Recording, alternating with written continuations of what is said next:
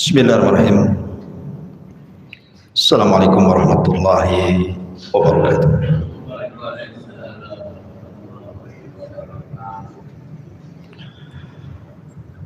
Alhamdulillah, salatu wassalamu ala rasulillah wa ala alihi wa sahbihi wa mawalah wa la hawla wa quwwata illa billahi wa ba'd. Baik, kita akan lanjutkan kajian kita, masih membahas Qasasul Anbiya dari Qasasul Quran, dan kita masih membahas tentang kisah Isa bin Maryam alaihi salatu wassalam. Namun sebelum kita menceritakan tentang Nabi yang terakhir dari Nabi-Nabi Bani Israel, Isa bin Maryam,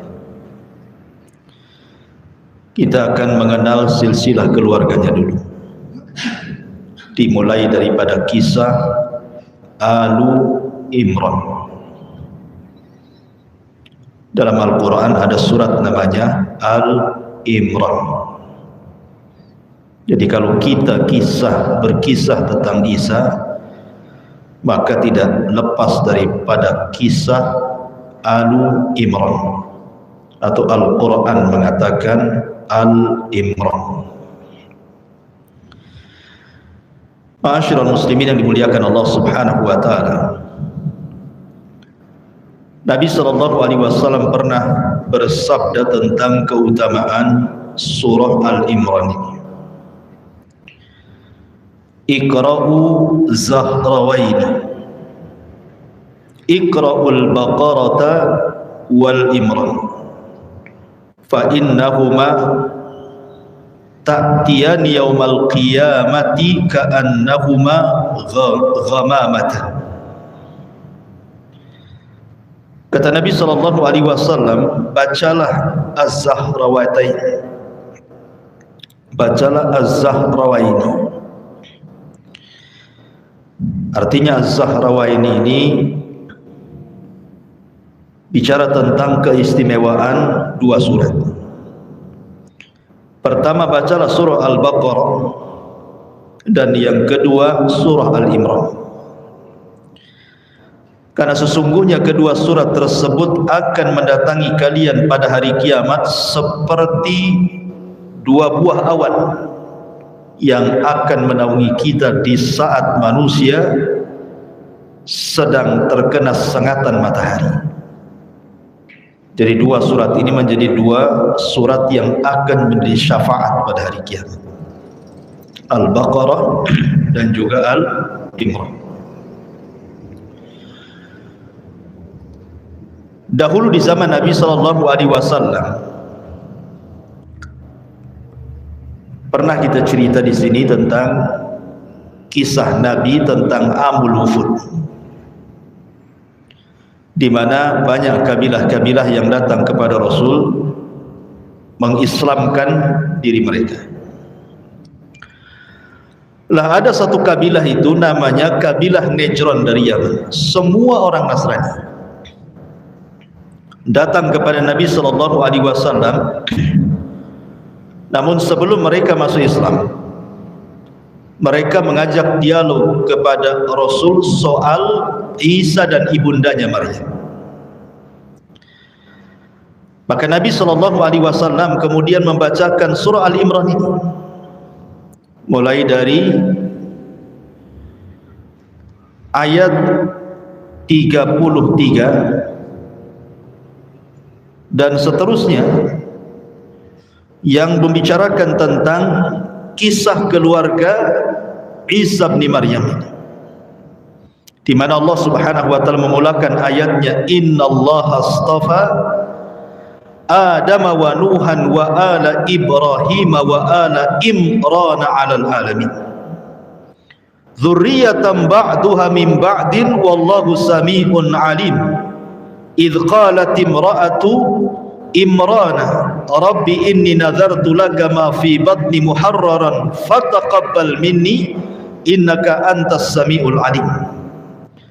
Falamma wada'atha qalat rabbi inni wada'tuha untha wallahu a'lamu bima wada'at wa laysa dzakaru kal untha wa inni sammaituha Maryam. Sini muncul kalimat Maryam. Wa inni u'idzuha bika wa dzurriyyataha minasyaitonir rajim, dan seterusnya nanti kita jelaskan. Sesungguhnya Allah Subhanahu wa taala telah memilih Adam, Nuh, keluarga Ibrahim dan keluarga Imran di atas alam semesta. Satu keturunan yang sebagiannya dari keturunan yang lainnya. Dan Allah Maha mendengar lagi Maha mengetahui. Ketika istri Imran berkata, ya Tuhanku, sesungguhnya aku bernazar kepadamu, apa yang dalam janin, yang dalam perutku ini kelak akan menjadi hamba yang akan mengabdi kepadamu di Baitul Maqdis, maka terimalah nazarku, sungguh engkau Maha mendengar lagi Maha mengetahui. Maka ketika melahirkan dia berkata, ya Tuhanku, aku telah melahirkan anak perempuan. Karena dia ingin anak laki-laki, tiba-tiba yang lahir anak perempuan. Padahal Allah lebih tahu apa yang ia lahirkan, dan laki-laki tidak sama dengan perempuan. Dan aku memberi nama Maryam, dan aku memohon perlindunganmu untuknya dan anak cucunya dari gangguan syaitan yang terkutuk, sampai beberapa ayat setelahnya. Jadi setelah dibacakan ayat-ayat ini kepada penduduk Najran yang Nasrani itu, mereka enggak puas dengan jawaban Nabi sallallahu alaihi wasallam dengan dibacakan surah Imran. Karena mereka tidak puas, akhirnya Rasul menawarkan mubahalah. Mubahalah itu artinya saling laknat. Maka Nabi SAW kemudian menyiapkan dirinya, Ali, Hasan, Husain dan Fatimah, mengajak mubahalah kepada penduduk Najran, dan mereka pun melayaninya, siap bermubahalah dengan Rasul. Ketika keesokan harinya, ketika akan terjadi mubahalah, tiba-tiba mereka ketakutan, sehingga pemimpin mereka yang namanya Aqid mengatakan, bagaimana kalau betul-betul dia Nabi? Celaka kita semua. Sebaiknya kita batalkan saja mubahalah. Akhirnya mereka datang kepada Rasul membatalkan mubahalah. Kemudian mereka mengatakan, utuslah kepada kami yang bisa mengajarkan Al-Quran di Najran. Maka Nabi SAW mengatakan, ya, saya akan utus kepada kalian orang yang paling amanah dari umat ini. Kemudian Rasul menunjuk Abu Ubaidah ibnul Jarrah. Makanya Abu Ubaidah ibnul Jarrah adalah aminu hadhil ummah, orang yang paling amanah di dalam umat Islam. Dialah Abu Ubaidah ibnul Jarrah. Taib, masyarul muslimin yang dimuliakan Allah Subhanahu wa taala. Dari kisah asbab, beberapa asbab nuzul dari surah Al-Imran ini kita tahu bahwa Nabi SAW ketika berdialog dengan orang-orang Nasrani menyebutkan tentang keluarga Imran. Siapa keluarga Imran ini? Ini yang kita akan bahas. Masyarul muslimin yang dimuliakan Allah Azza wa Jalla, keluarga Imran adalah keluarga percontohan untuk siapapun dari kalangan umat Islam yang berkeluarga. Antum yang sudah berkeluarga, contohlah keluarga Imran ini. Ini keluarga percontohan dalam Quran. Keluarga yang saleh, tinggal di tempat ibadah, dan dijadikan rujukan oleh ulama-ulama Bani Israel di Baitul Maqdis. Dialah Imran, atau disebut dengan keluarga Imran. Allah Subhanahu wa ta'ala berfirman tadi dalam surah Al-Imran ayat 33, Inna Allah astafa Adam wa Nuhan. Sesungguhnya Allah Subhanahu wa ta'ala telah memilih Adam dan Nuh, wa ala Ibrahim wa ala Imran alal alamin. Kemudian Allah pilih keluarga Ibrahim dan keluarga Imran di atas makhluk yang ada di alam semesta. Di sini ada 4 kelompok yang Allah pilih. Pertama Adam, yang kedua Nuh, yang ketiga keluarga Ibrahim, yang keempat keluarga Imran. Pertanyaan, kenapa Allah Subhanahu wa taala tidak berfirman keluarga Adam, keluarga Nuh, keluarga Ibrahim dan keluarga Imran? Kenapa hanya menyebutkan dua keluarga saja, keluarga Ibrahim dan keluarga Imran? Ketika menyebutkan Adam dan Nuh tidak disebutkan keluarganya, kan? Karena Allah hanya mengatakan Allah memilih Adam dan Nuh, bukan keluarga Adam, keluarga Nuh. Tapi ketika menyebut Ibrahim dan Imran, Allah katakan keluarga Ibrahim dan keluarga Imran. Kenapa? Pertanyaan. Ma'asyiral muslimin yang dimuliakan Allah Azza wa Jalla, kenapa Allah tidak menyebutkan keluarga Adam? Karena tidak semua keluarga Adam itu anak-anaknya saleh. Ada anak-anaknya yang tidak saleh, kan, keluarga Adam itu. Siapa? Qabil. Qabilah yang pertama kali membunuh manusia di alam semesta. Siapa yang dibunuh? Saudaranya Habil. Sehingga Allah Subhanahu wa taala firmankan tentang kisah Qabil ini di dalam surah Al-Maidah. Bisa baca dalam ayat 27 sampai 31. Allah mengatakan watlu alaihim naba abnai adam bil haqq idz qarraba qurbanan fatuqbila min ahadihima walam yutaqabbal minal akhar qala la aqtulannak qala innama yataqabbalu Allahu minal muttaqin ila akhiril ayat. Bacakan ya Muhammad kepada mereka tentang kisah dua anak Adam, Qabil dan Habil. Ketika keduanya berkorban, ingin memilih pasangannya masing-masing, maka Allah hanya menerima satu dan menolak yang lainnya. Yang ditolak mengatakan, saya akan bunuh kamu. Maksudnya Qabil, saya akan bunuh kamu.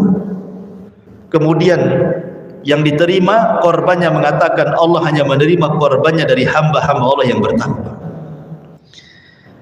Dari kisah Qabil dan Habil ini menunjukkan bahwa keluarga Adam tidak semua soleh.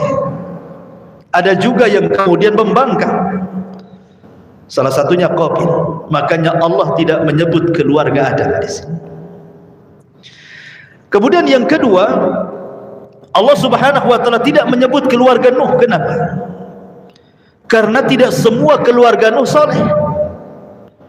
Bahkan ada dua keluarga Nuh yang paling dekat dengan Nuh, dua-duanya kufur. Pertama istrinya, yang kedua anaknya. Allah Subhanahu wa taala firmankan tentang istrinya di dalam Al-Qur'anul Karim, wa dharaballahu mathalan lilladzina kafaru imra'ata nuhin wa imra'ata lut kanata tahta abdaini min ibadina salihaini fakhanatahuma falam yughniya anhuma minallahi syai'a wa qila dkhulan nara ma'ad dakhilin. Allah memberikan percontohan bagi orang-orang kafir, pertama istri Nuh dan yang kedua istri Lut. Padahal dua-duanya di bawah kekuasaan hamba kami yang saleh, tapi keduanya berkhianat kepada suaminya dan nasabnya tidak mencukupkan bagi dia untuk selamat. Dia pun dikatakan masuklah ke dalam neraka dan kekallah kau di dalamnya. Artinya bahwa istrinya Nuh kafir, istrinya Lut kafir. Kenapa? Apa kekafiran keduanya?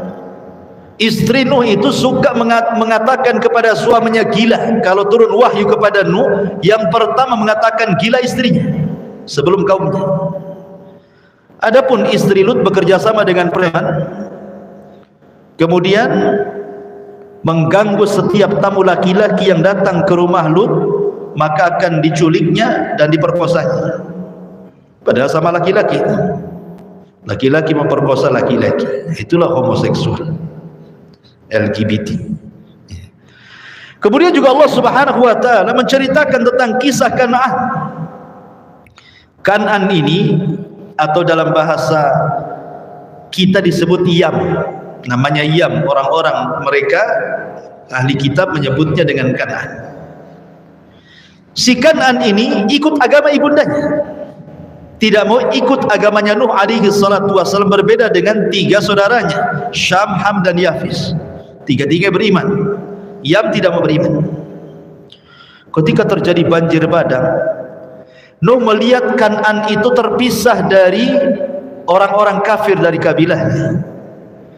Maka perahunya Nuh kemudian mendekati anaknya dan mengajak naik ke atasnya.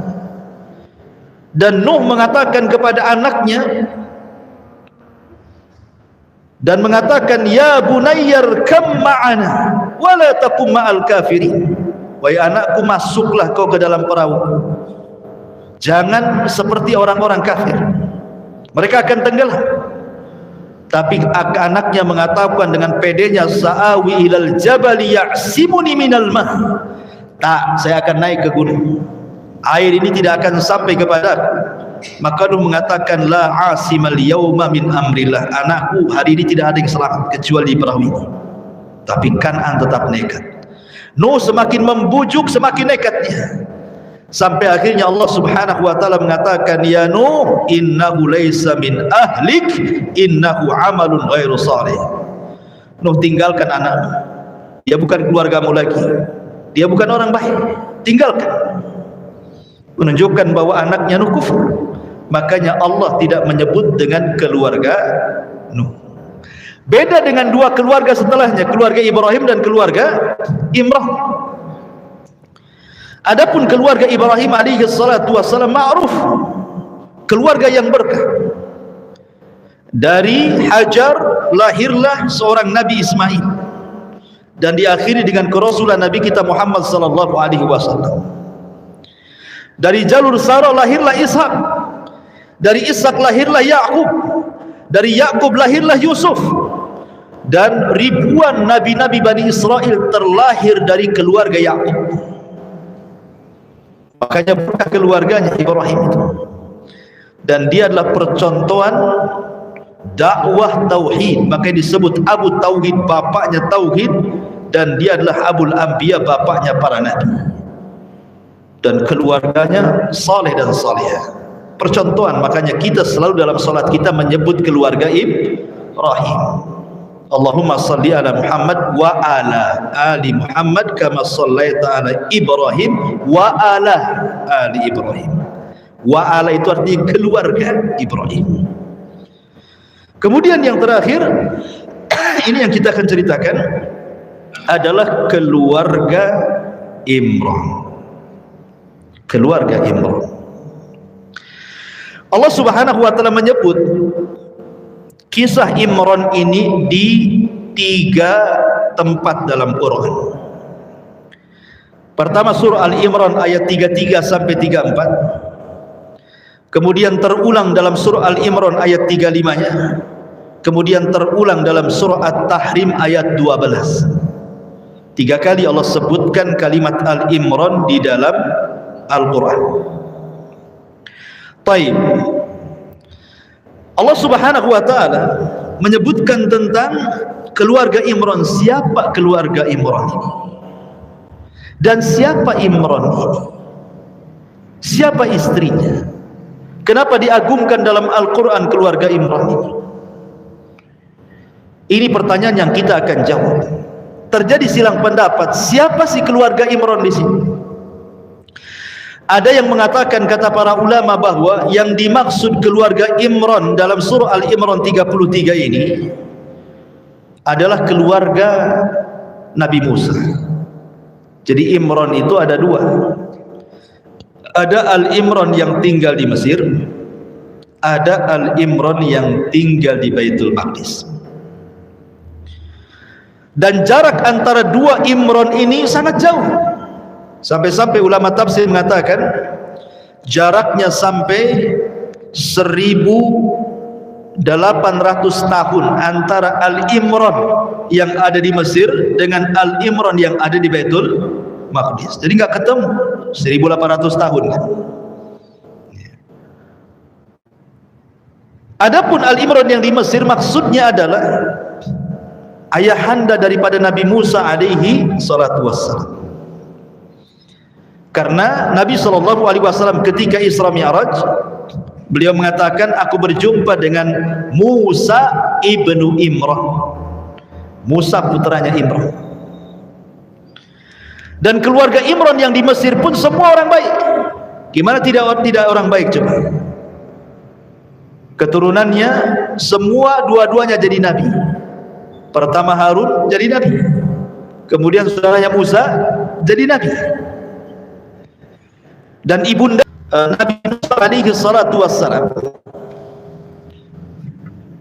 adalah orang yang soleh, merawat anak-anaknya dan mengikuti agama Nabi Musa alaihi salatu wassalam. Ada yang mengatakan bahwa yang dimaksud ayat Al-Imran 33, maksudnya Al-Imran yang dicantumkan nama dalam surat itu, maksudnya adalah Imran ayahanda Musa dan ayahanda Harun. Tetapi pendapat yang kuat wallahu alam, yang dimaksud Imran itu adalah bukan ayahanda Musa, tapi yang dimaksud Imran di sini adalah keluarga Imran yang ada di Baitul Maqdis. Dialah guru besarnya para ulama yang ada di Baitul Maqdis. Jadi semua para ubad ahli ibadah, para ulama-ulama Bani Israel yang ada di Baitul Maqdis itu semua belajar kepada orang namanya Imran. Dia pemimpin Baitul Maqdis, dia imam mereka. Dan dia hidup di zaman Nabi Zakaria alaihi salatu wassalam. Karena Zakaria sendiri belajar kepada dia. Jadi guru besarnya Imran ini yang ada di Baitul Maqdis, imam mereka, para ubad dan para ulama Bani Israel. Ma'asyiral muslimin yang dimuliakan Allah Azza wa Jalla, ketika itu kita tahu bahwa kekuasaan di tangan Romawi. Di zaman itu kekuasaan di tangan Romawi dan mereka para penyembah berhala. Dan ketika itu Bani Israel sangat tertekan dengan orang-orang Romawi, sampai-sampai kemudian banyak berangan-angan orang-orang soleh yang ada di Baitul Maqdis itu, mereka memiliki keturunan yang kelak akan, dengan keturunannya yang kelak akan menyebarkan kembali agama tauhid dan mengalahkan Romawi. Sehingga di antara mereka berdoa supaya punya keturunan. Salah satunya yang berdoa minta keturunan adalah Nabi Allah Zakaria dan juga keluarga Imran. Ma'asyiral muslimin yang dimuliakan Allah Azza wa Jalla. Adapun hubung kait antara Imran dan Nabi Zakaria, ada yang mengatakan bahwa istri daripada Imran ini namanya Hannah bintu Fakud. Hannah bintu Fakud. Dia adalah punya adik, kemudian adiknya menikah dengan Nabi Allah Zakaria. Artinya dengan Imran ini ipar-iparan, gitu ya, Nabi Zakaria ini. Ini satu pendapat. Tetapi pendapat yang kedua, yang ini yang mungkin lebih dekat berdasarkan hadis Isra dan Mi'raj. Ketika Nabi SAW berjumpa di langit kedua dengan siapa? Dengan Nabi Isa dan Yahya. Apa kata Nabi SAW? Ibna Khalah.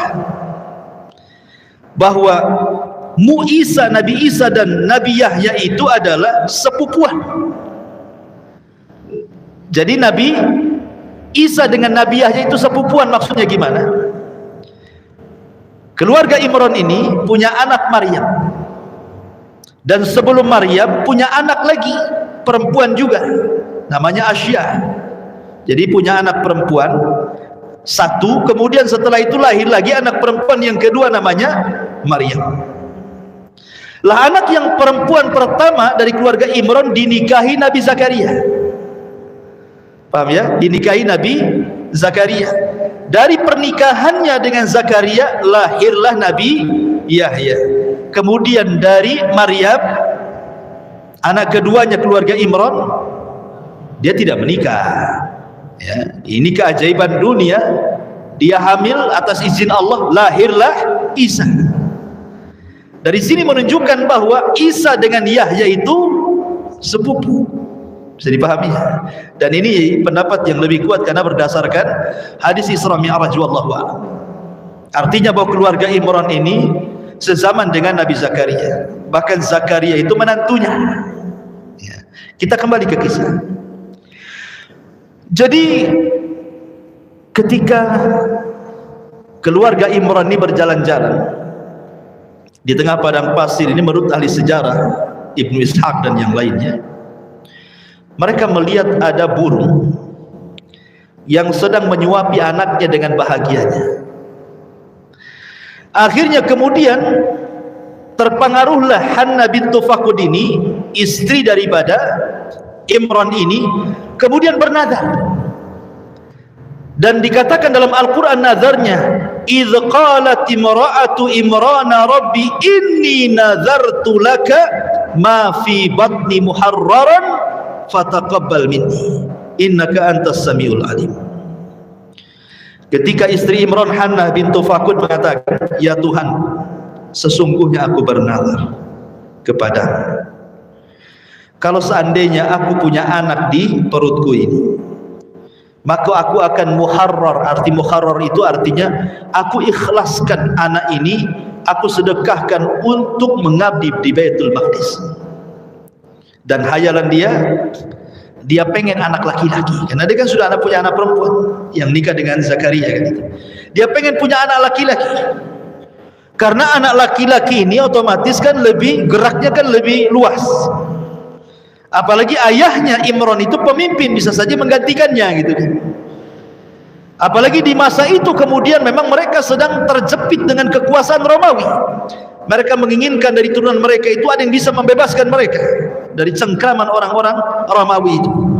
Makanya kemudian Hannah bintu Fakud mengatakan, aku akan bernazar kepada Allah, kalau Allah kasihkan anak laki-laki di perutku, aku akan sedekahkan biar dia berkhidmat di Baitul Maqdis.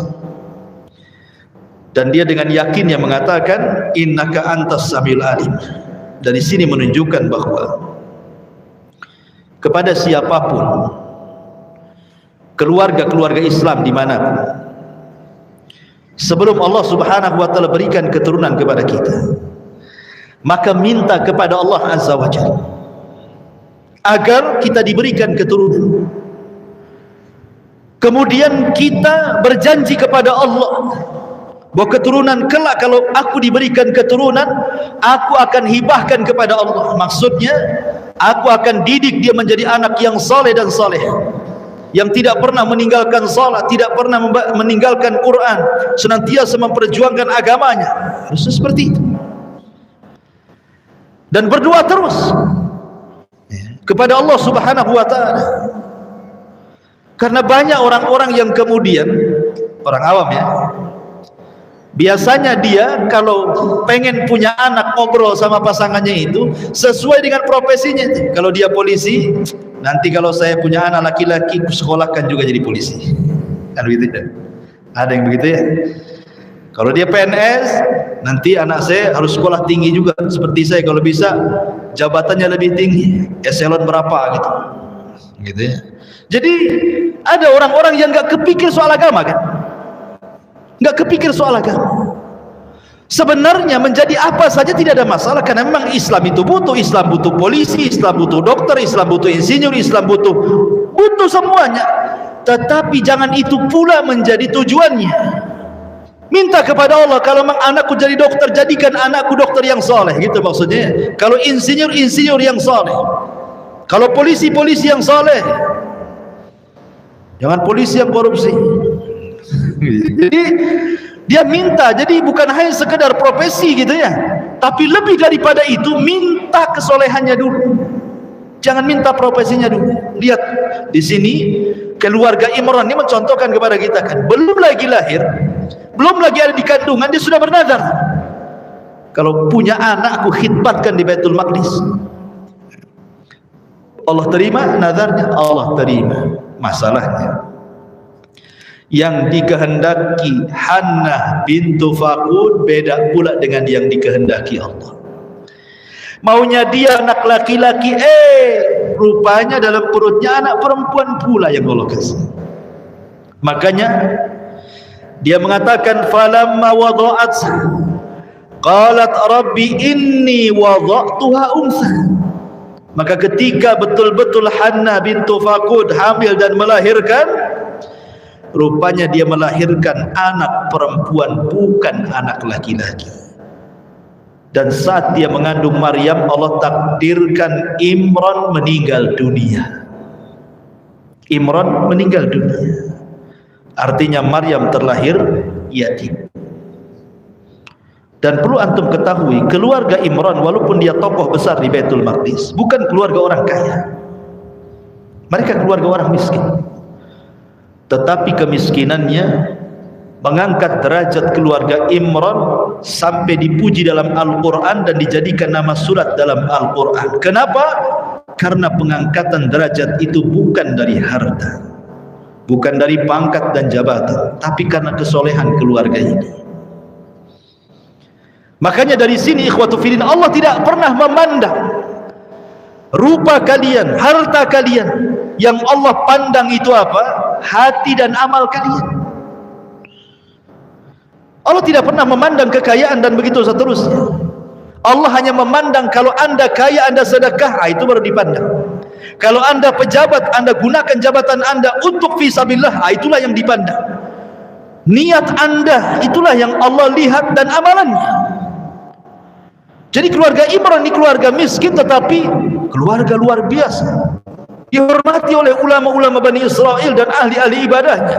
Sampai Al-Quran juga menghormati dan mencantumkan satu nama surat, Al-Imran. Kemudian setelah lahir anak perempuan, wallahu a'lamu bima wada'at. Lihat bahasa Quran. Dan Allah lebih tahu apa yang dia inginkan dari Maryam. Wa asa an takrahu syai'an wa huwa khairul lakum, kata Allah. Boleh jadi apa yang anda anggap benci di mata anda, rupanya baik pula di hadapan Allah. Hannah bintu Faqud tidak tahu siapa wanita yang dilahirkannya itu Maryam itu, dan kelak siapa turunannya. Isa Nabi yang akan dibicarakan dunia, Nabi kedua setelah Musa alaihi salatu wassalam, dari nabi-nabi yang paling masyhur, dari nabi-nabi Bani Israel. Bahkan diturunkan padanya Injil yang membenarkan kitab sebelumnya dan yang menghabarkan akan kelahiran Nabi SAW. Jadi Allah lebih paham kehendaknya. Makanya ikhwan, belum tentu kehendak kita Allah subhanahu wa ta'ala kabulkan, tapi terkadang Allah kabulkan dengan sesuatu yang jauh lebih baik dibandingkan harapan kita.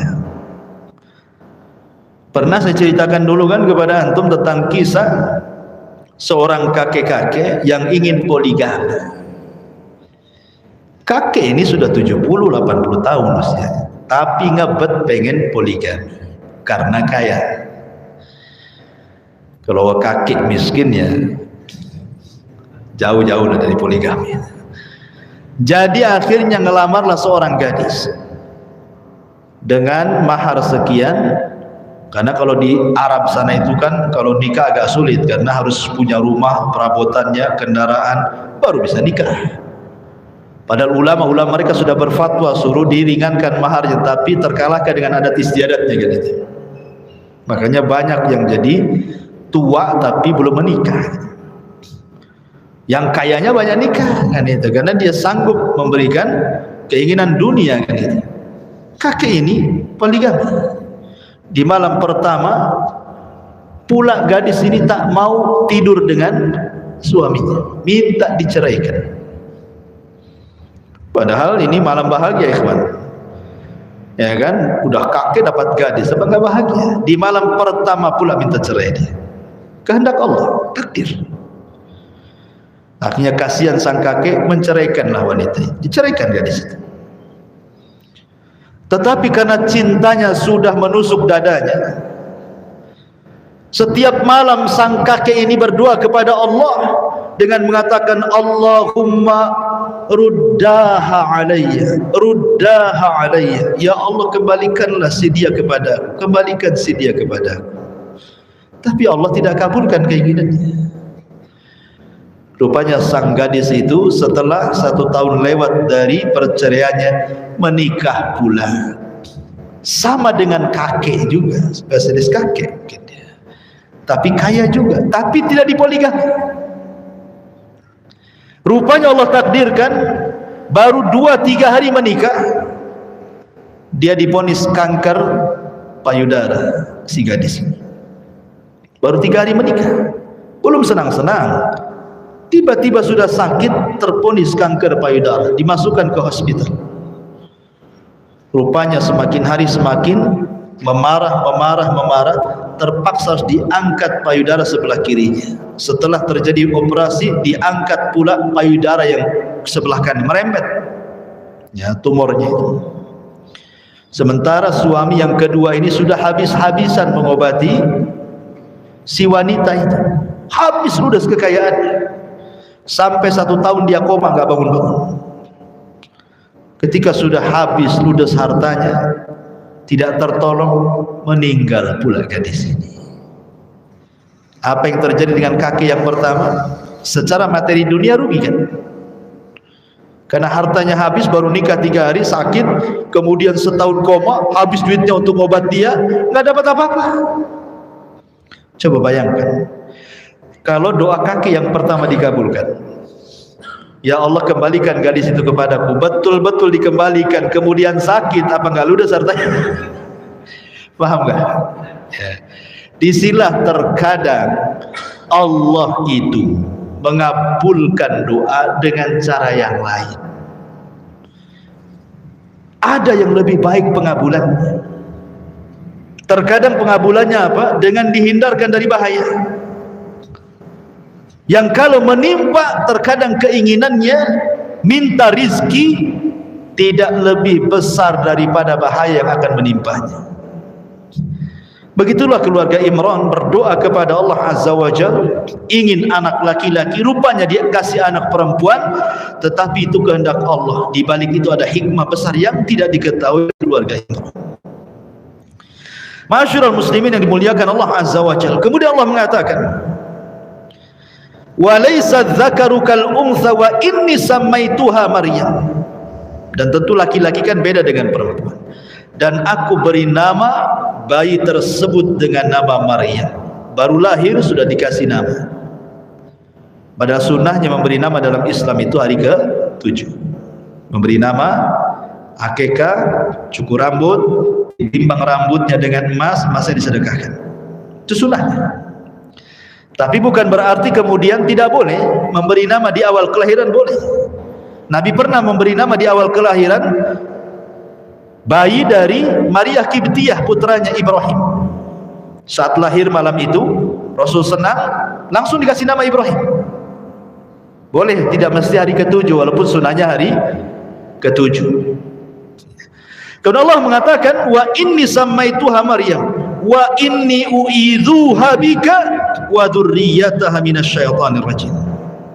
Dan aku memohon perlindungan kepadamu ya Rabb, agar anak dan keturunanku tidak diganggu oleh setan yang terkutuk. Ma'asyiral muslimin yang dimuliakan Allah Azza wa Jalla, di sini ada faedah besar. Faedah besar bagi kita. Bahwa kalau seandainya antum sudah berkeluarga, kemudian Allah takdirkan antum punya keturunan, istri antum sedang hamil, maka banyak-banyaklah memohon kepada Allah agar bayi yang dalam kandungan istri kita tidak diganggu syaitan. Seperti di sini, bagaimana Hanna bintu Faqud meminta kepada Allah Subhanahu wa taala kan? Dia mengatakan, wa inni u'idzuha bika wa dzurriyyataha minasyaitonir rajim. Dan aku berlindung kepadamu ya Rabb, kepada anak dan turunku, jangan sampai mereka digoda oleh syaitan.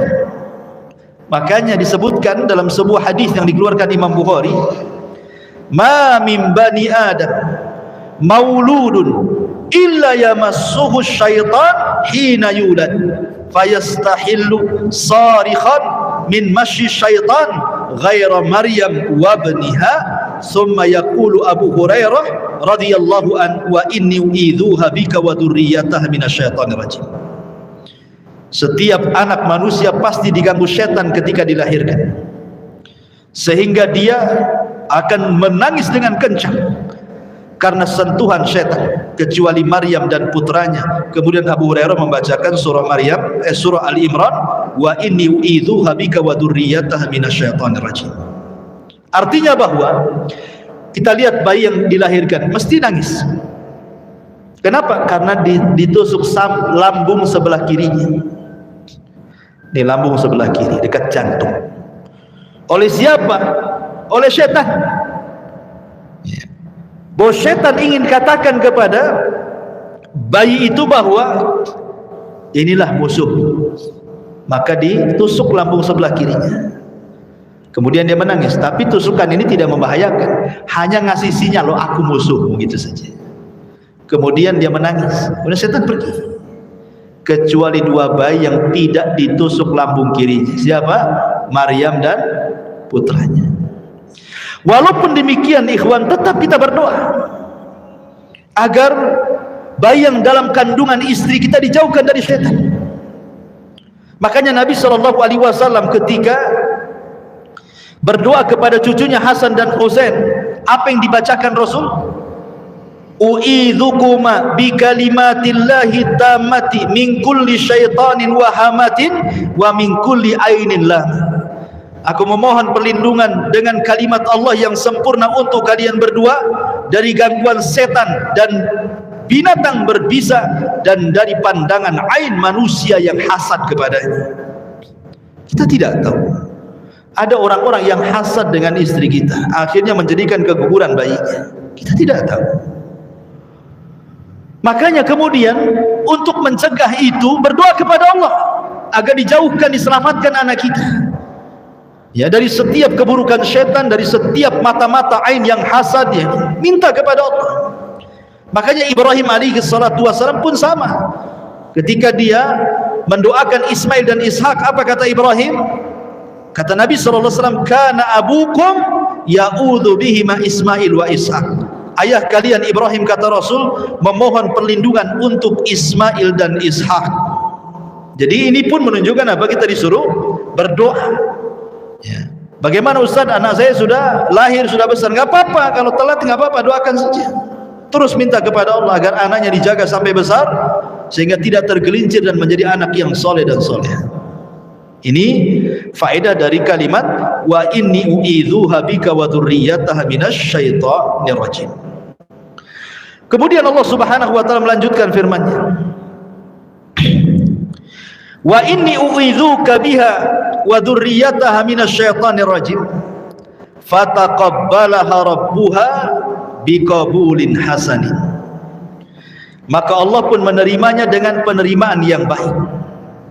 Maksudnya penerimaan yang baik itu Allah senang dengan lahirnya Maryam, dan Allah bimbing Maryam menjadi anak yang saleh.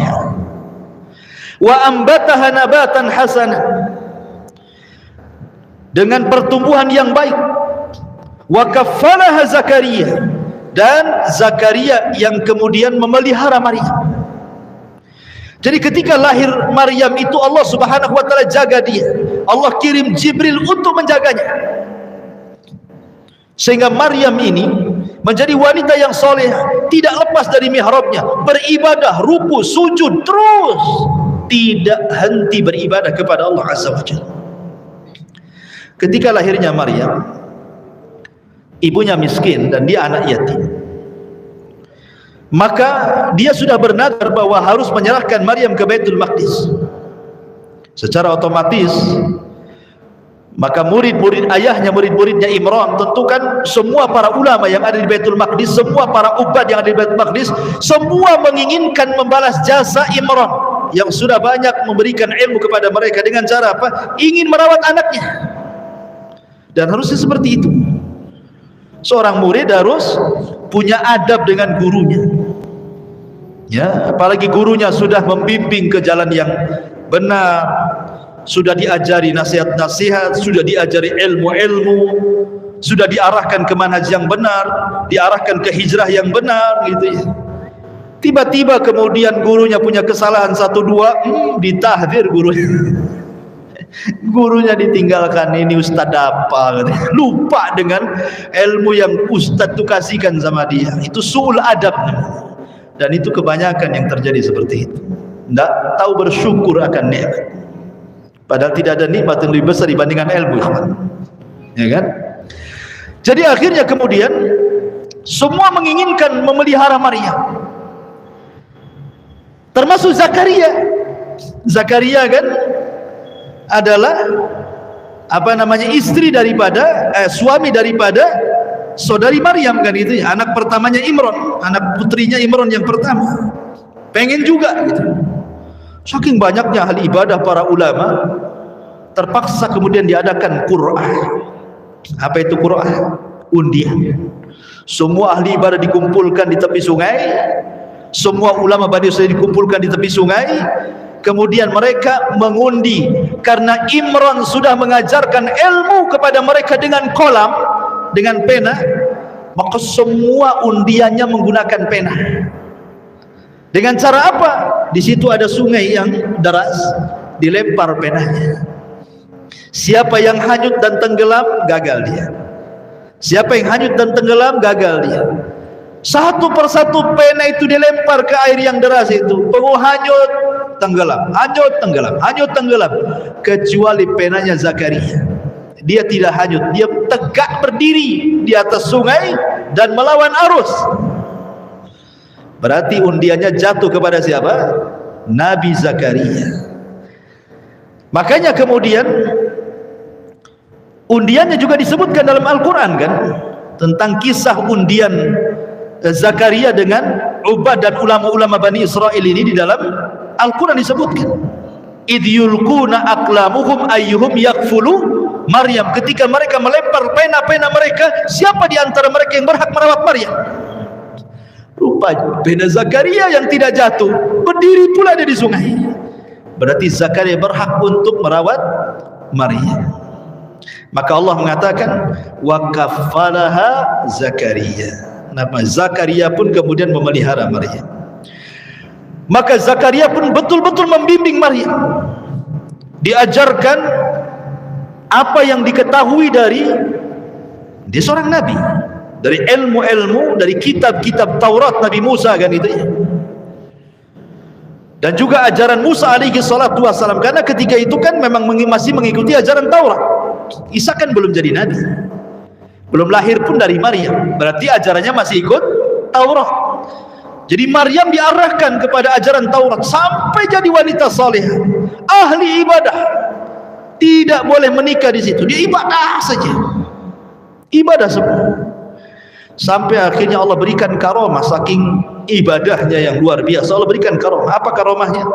Kullama dakhala 'alaiha Zakaria al-mihrab wajada indaha rizqa qala ya Maryam anna laki hadha qalat huwa min indillah innallaha yarzuqu man yasha'u bighairi hisab. Jadi setiap Zakaria masuk ke dalam mihrab Maryam itu yang kecil itu, selalu ada makanan, selalu ada buah-buahan. Yang mengherankan Zakaria ini, kenapa buah-buahan yang tidak musimnya dia ada? Umpamanya tidak musim durian ada durian, tak musim manggis ada manggis, tak musim duku ada duku. Makanan yang harusnya di musim panas ada pula di musim dingin. Makanan yang harusnya di musim dingin ada pula di musim panas. Ini siapa yang ngasih ini? Kok ada makanan-makanan ini? Takjub Zakaria, aneh ini, siapa yang ngantar nih? Subhanallah, Maryam hanya mengatakan ketika ditanya, ya Maryam, anna laki hadha, dari mana makanan-makanan ini semuanya? Qalat, maka Maryam mengatakan, huwa min indillah, semua makanan itu datang dari Allah. Innallaha yarzuqu man yasha'u bighairi hisab. Allah memberi rezeki kepada siapapun yang dikehendaki tanpa perhitungan. Dan ini menunjukkan kemuliaan Maryam yang tidak diketahui Hannah bintu Fakhud ketika melahirkan anak perempuan. Allah muliakan, dan semua ulama memuliakan. Ma'asyiral muslimin yang muliakan Allah Azza wa Jalla. Dari sinilah Zakaria mulai berfikir, karena Zakaria usianya sudah 100 tahun, istrinya 90 tahun, tidak punya anak juga. Nggak, karena istrinya sudah tua mandul. Tapi Zakaria ketika melihat, kok makannya aneh. Makanan ini di musim panas ada, di musim dingin pula dia ada. Dan makan ini belum ada musimnya kok ada di sini. Berarti Allah itu tidak mustahil akan mengijabah setiap doa yang memintanya. Jadi Maryam kecil itu dijadikan pelajaran oleh Zakaria. Zakaria mengambil ilmunya. Dari situlah Zakaria mengikut-ngikut Maryam. Dia buat mihrab, tidak pernah keluar dari mihrabnya, beribadah kepada Allah setiap hari, berdoa kepada Allah untuk diberikan keturunan. Karena dia tak punya keturunan, dia sudah 100 tahun, istrinya 90 tahun, dia anggap mandul, cemana? Subhanallah. Allah Subhanahu wa ta'ala tidak pernah tidak memberikan permintaan hambanya. Ingat, Allah itu mendengar permintaan kita.